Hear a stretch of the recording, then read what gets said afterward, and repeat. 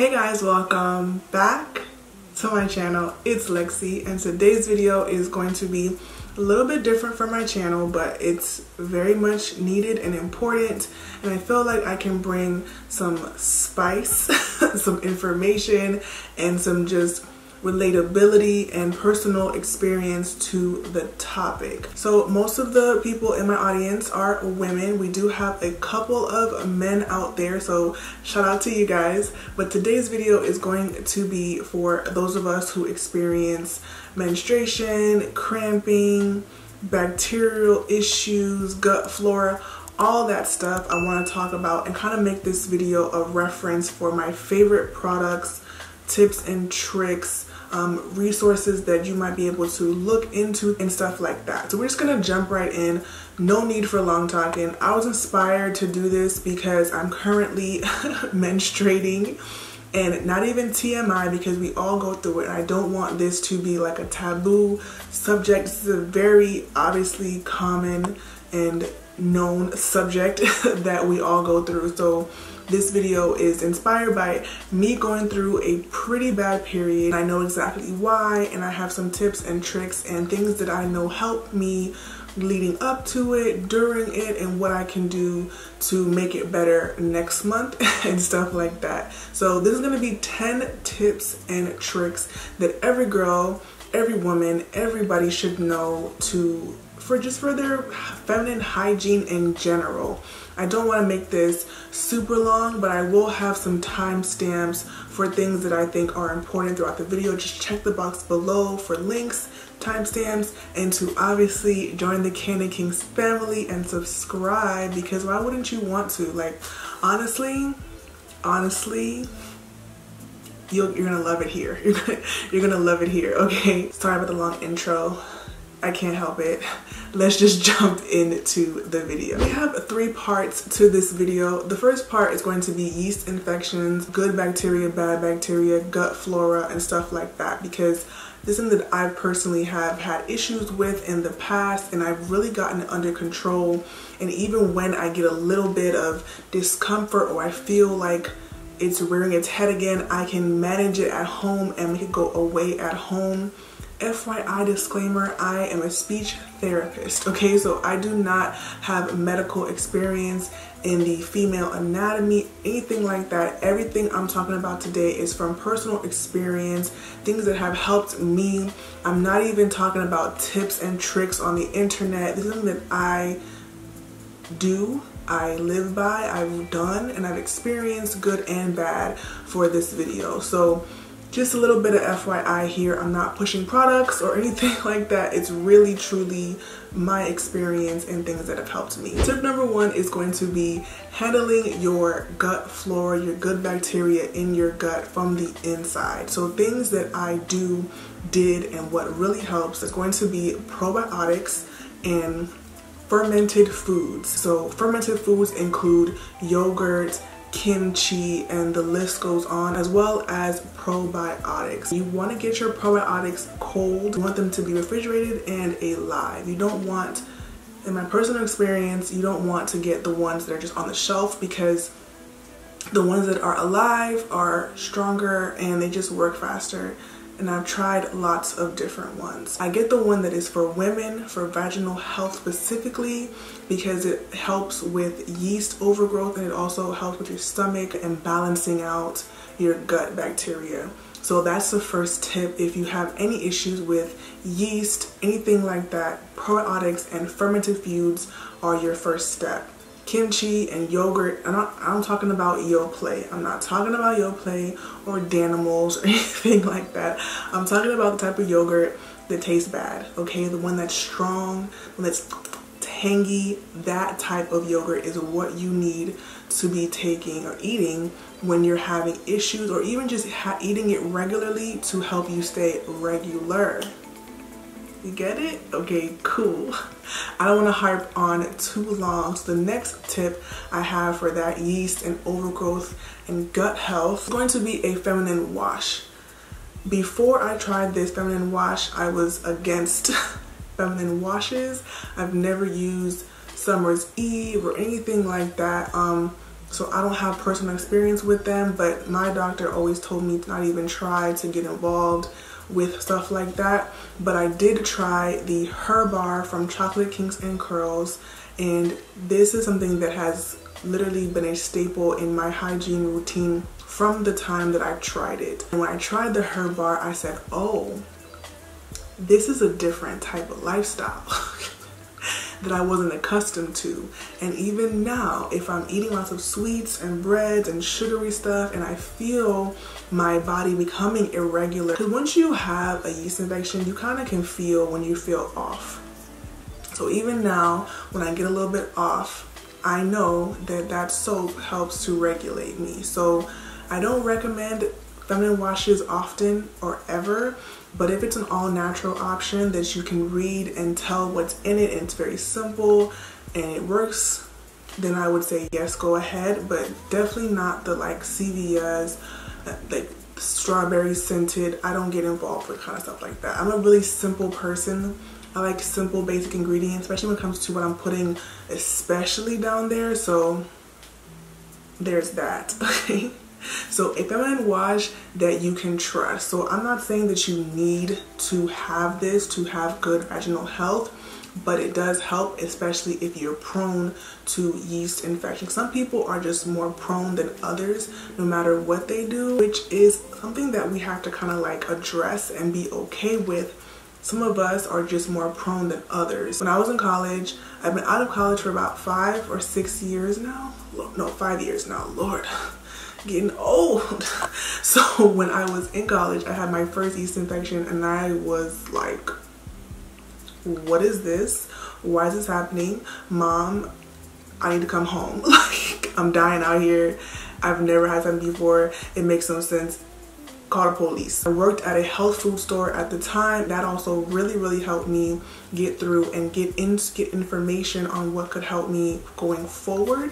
But I did go to the doctor at the school that I was at because it was that bad. I was so confused, and they did help me. I got my pills and the ointment and whatever the case was, but I did my own research and I was like, okay, after this is over, what do I need to do to make sure I never get it again? And I've never had it again, and not even close to being that bad. So the next tip, the third tip that we should be exploring and understanding is going to be suppositories, or just simply using a coconut oil suppository of some kind if you're having yeast problems. Because right now we're still in the yeast conversation, right? So when I was having problems, I worked at the health food store and they did have suppositories that were coconut oil based with like a essential oil blend, and they provided a wealth of relief. When I say a wealth, I mean a wealth of relief. You put it in the fridge, it would get a little bit hard, you stick it up there, and it really provided a lot of relief. So coconut oil has been a great addition to my routines if I'm feeling uncomfortable. This is not medical advice, once again, but I have kind of like taken the suppositories that I purchased at the store, kind of like made my own mixture. So it's only 2 things. It's like a teaspoon of coconut oil or a little bit less than that, and like 2 drops, and I literally mean 2 drops of tea tree oil, and I would put that and rub it all in and stuff like that if I'm feeling uncomfortable. And as I was getting over that infection years ago, that also helped with relief. You following me? So those 3 things are in the topic of yeast and bacteria and overgrowth of flora, gut flora, stuff like that. I hope that was helpful. So the next thing we're going to talk about is cramping and menstrual cramps. So I don't know about you guys at home, but I tend to have bedridden, horrible, can't go to work, can't go nowhere, in the bed all day cramps. Okay, real bad. Okay, since I was like in 4th grade, and different things have helped me over the years. And when you have bad cramps like this, you tend to try lots of different things. So I feel like, much like my hair, I've tried many different things to get my hair to do what it does, and I know how to style it and how to moisturize it. I get my hair now, I get my body now too. Over the years I've tried so many different things for the cramps. So let's just get into the cramp department. So my fourth tip of this video is going to be caffeine.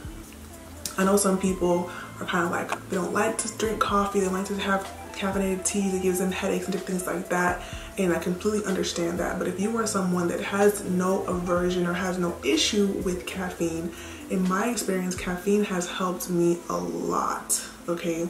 So when I have my period, I will drink a cup of coffee, hot coffee. It helps. It relaxes my body for some reason. Obviously caffeine is a stimulant, but I do feel just more calm when I take caffeine. If you look at the popular over-the-counter medicine for like periods, like Midol, or what's the other one, Pamprin, they have caffeine in them, and there's a reason for that. I don't know the reason for it because I'm not a doctor. I didn't look it up. This is a real video right here, but I know that it works for me. So caffeine is the first tip that I'll give you guys. If coffee is too strong for you, try some green tea. Some people take caffeine pills. I don't recommend that, but it just depends on you and your body. Fifth tip in the period section is going to be a warm compress. My bed is right over there, like in the room. On the bed right now, I have a heating pad. Let me get it for you guys. This is my heating pad. This is a microwavable heating pad. So it has, what does it have in here? I don't even know what's in here. I don't know what's in the bag, but it's like a sandy type of feel to it. But it's a heating pad. You put it in the microwave, it gets warm, it gets hot, you put it on your body, you put it on your back, you put it on your belly, you put it on your neck, wherever you have aches and pains. You following me? This is a lifesaver. If you have bad cramps and you've never tried a hot compress, when I was growing up, because you know my family, my mama, my daddy, everybody Jamaican, and they're very old school. My mom used to put a wet towel in the microwave, shake it out, put it in a plastic bag, like a Winn-Dixie or Publix bag, tie it up and throw it at you to put on your stomach. And that was the move, and that worked. But now that we're grown, we have a little more fancy, it's not really fancy, but you get my drift. We have an actual heating pad. Hot compress is a major help. It relaxes your muscles and it just calms you. It helps me sleep, okay? Comment down below if you've ever used Heat on your cramps and felt a big difference from it. Just let me know if y'all know. You know? Tip number 6 is going to be CBD oil. If you ain't up on CBD oil, I don't know what to tell you. You cannot get high from CBD oil. I hope that we're all informed, okay? I use CBD oil in many different ways for different aches and pains, headaches, neck aches, insomnia, stomach aches. It's really useful. All CBD oils are not made equally, so you want to find a good brand that has good reviews and good ingredients. I've been using one from Ancient Nutrition. I will link it down below because I've been using it for months, probably like 6 months now. I've been using the same one. So tip number 7 is going to be teas, okay? And I'm not talking about any old tea, because any old tea can help. A hot liquid, hot beverage can always help with discomfort and cramps, but there are teas that are made for menstruation. There are teas that are made for cramping, for just regularity and stuff like that.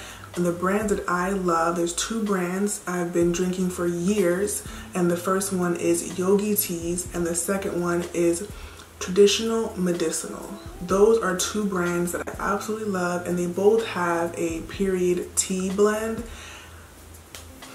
You can make your own period tea blend if you so choose, but I like my life to be simple. I'm a simple girl, so I buy my tea at the store, but you can obviously go and get the herbs and mix and match and make your own blends. It's nothing to it. Menstrual teas have also made a huge difference in my routines. So one more thing, it's like a little bonus, like a 7.5 tip, is going to be Naproxen. Naproxen is an over-the-counter NSAID. It's a non-steroid anti-inflammatory drug, but Naproxen specifically, in my experience, has done the best when it comes to my cramps. It has helped more than any other over-the-counter NSAID has helped me. So I really prefer to take Naproxen over all of the other over-the-counter pain pills.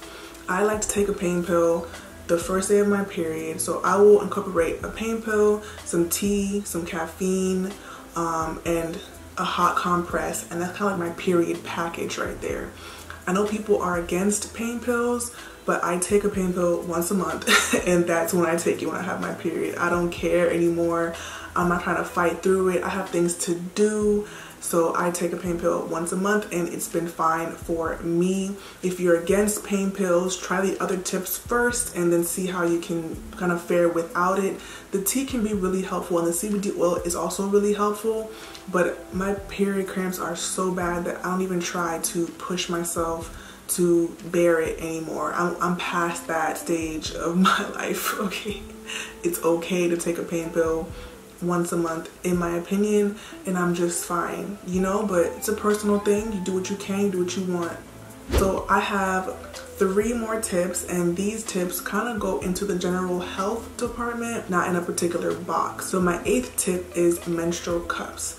Menstrual cups have changed the game for me. Menstrual cups have changed the game for me, and everyone that I know that I've put onto menstrual cups actually have tried it and stayed on it and made it a part of their routine feels the same way. There's definitely a learning curve with menstrual cups, but once you pass that curve and you're doing good, there's no going back. So I've been using menstrual cups for literally a good 6 or 7 years, which sounds crazy. That's crazy, but I've been using them for so long, since my like junior or sophomore year of college. Menstrual cups are bomb, okay? I'm gonna say it like that. So I've used 3 different brands so far. I've used the Diva cup, I've used the Lunette cup, and right now I'm currently using the Honey Pot cup. So I purchased Honey Pot because, you know, they blew up with all of the kind of controversy of them getting bad reviews online simply for a commercial. So I wanted to support a Black-owned business, and I did buy from them, and so far so good.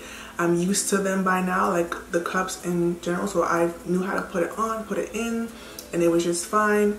And I love them. Some people have experienced less cramping with menstrual cups. I haven't experienced that. I just enjoy the flexibility with them. I enjoy them being reusable, not having to purchase pads all the time, not having to worry about different things. Menstrual cups are amazing. I have a video on menstrual cups. It's kind of old, a few years old, but I will leave it linked down below and in the cards for some more detailed information.